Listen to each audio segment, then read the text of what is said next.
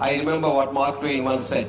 Human brain, he said, is a wonderful organ which starts to function from the time you are born, he said. Of course, he was wrong. From the time you are made in your mother's womb.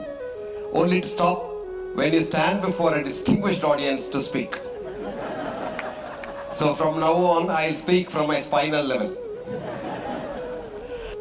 So education is really trying to bring the best out of man. And what is yoga? Yoga is not asana, yoga is not pranayama. Yoga is also a kind of bringing the best out of you.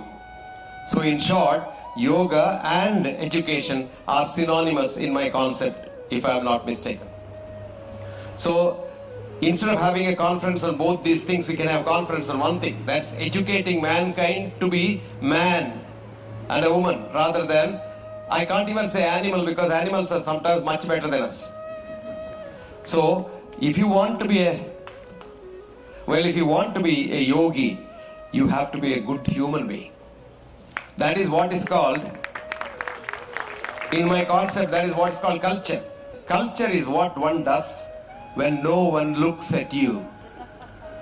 That is why the Indian Sanatana Dharma says, Vakevam kritayevam sajjanam, Vakaivam kritayevam durjanam. If you do what you say and say what you do, you become a sajjana, a good human being. And if you do something and so say something, that's what most of our leaders and so-called people do. They are called durjanas, bad people. So to convert a durjana into a sajjana is the role of yoga.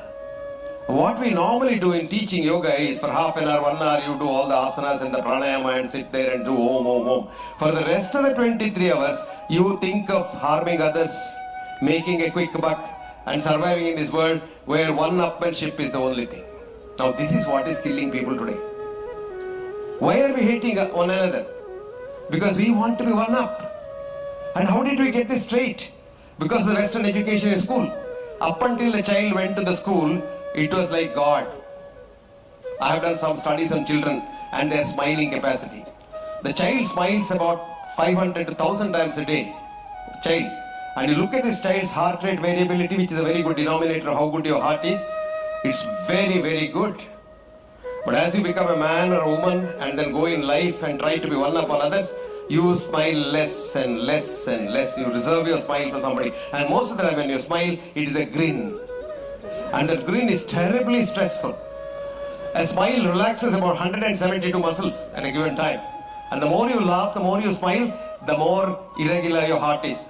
More irregular means healthier you are.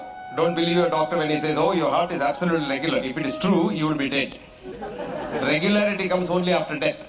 Life is irregularity. Life is rhythm. Life is vibration. Life is not solid as you see. We all look solid, but there is nothing solid about us. We are vibrations. And if you understand this, you understand how we connect with each other. You know, because quantum physics today scientifically confirms what the Sanatana Dharma rightly said.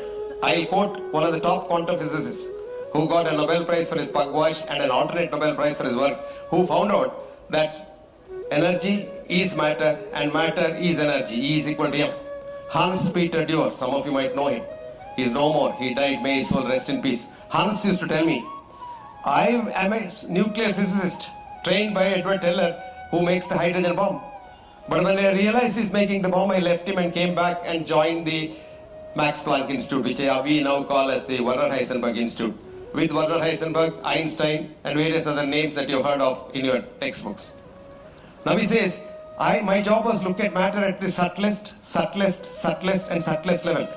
And lo and behold, one day found out there was no matter at all.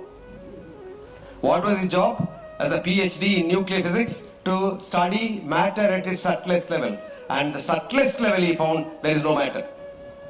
And he called it as a duality. No duality between the two. And do you know what he says? Who am I? I am like a child in front of the Indian sages who for thousands of years called this as Advaita. And he quotes from the Gita and the Upanishad that says, Bahirantascha Bhutanam. It is inside and outside of every one of us. Charam, Acharamevacha. You are a fluid, liquid, jumping letterbox, but you look solid, Maya.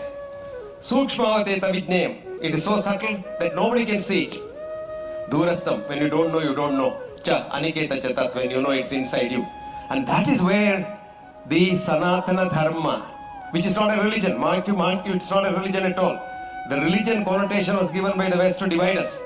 Up until the West came here, up until probably 1857 Meerut riots, we didn't know who a Muslim is, who a Christian is, who a Hindu is. We are all one, brothers and sisters. After that we started because they said, look, you're not going to be together. That's where hatred started.